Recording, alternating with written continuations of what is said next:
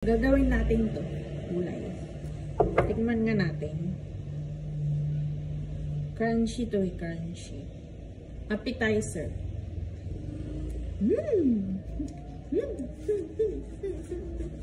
Sarap! So, mag-mimins ako ng garlic. Grabe ang lamig.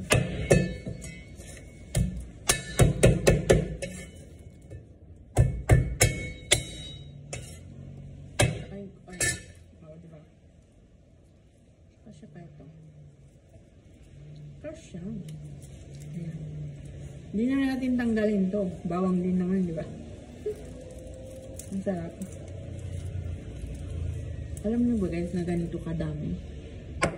Ubus ng 2 araw. Kasi kumakain ako umaga, tanghali, tapos gabi. Appetizer. Tapos kukuha ka ng sili.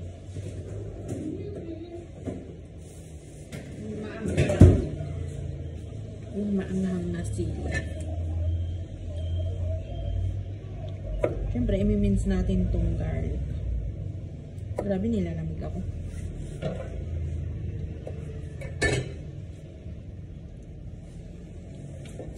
Ang sarap to, promise. Pero parang wala sa Pinas. Pagdadala nga ako kung pwede may itanim. Pag-uwi ko.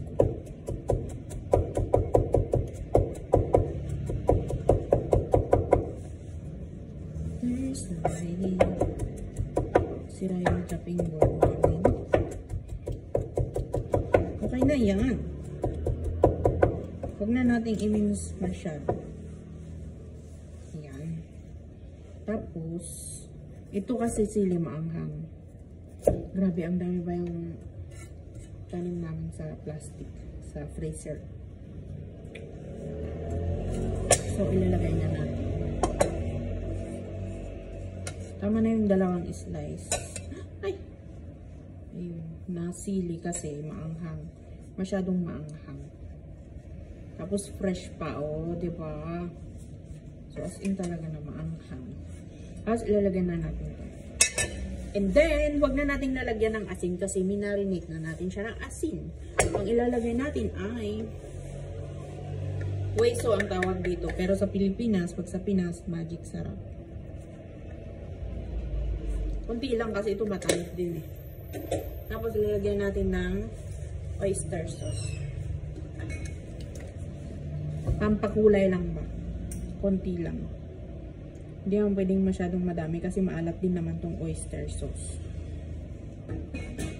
Tapos lagyan natin ng sesame oil.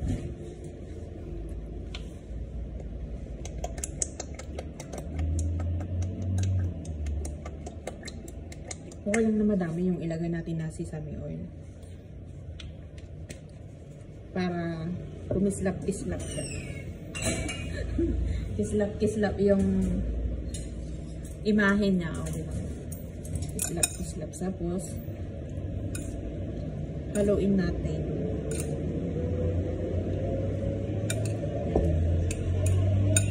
Hanggang mamix yung oyster tsaka bawang.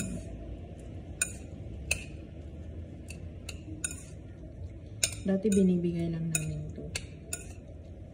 Pero ngayon, hindi na. Tapos, konti-konti na lang yung kinukuha kong gulay sa bukid kasi malapit na ang New Year eh. Iuuwi ng manugang nila dun sa lugar ng nanay niya.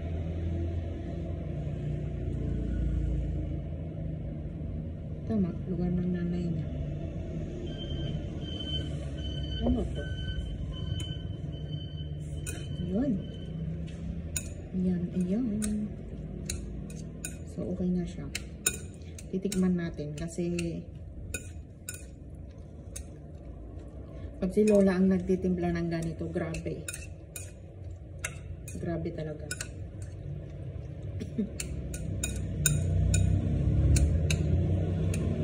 Maalat. Gusto ni Lola ang maalat. Hindi alam mo ang stress na tao.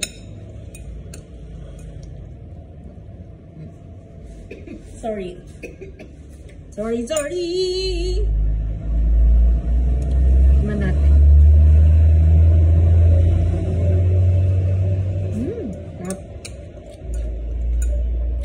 Sarap. Sarap. Sobrang sarap. Promise. Ganyan lang siya. Huwag masyadong madami yung oyster sauce kasi maalat din kasi yung oyster sauce. May nakalimutan akong ilagay.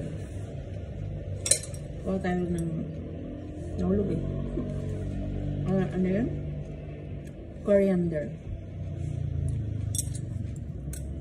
Lagyan nyo ng coriander. Mas mabango. Fresh na coriander. Okay. Bye-bye.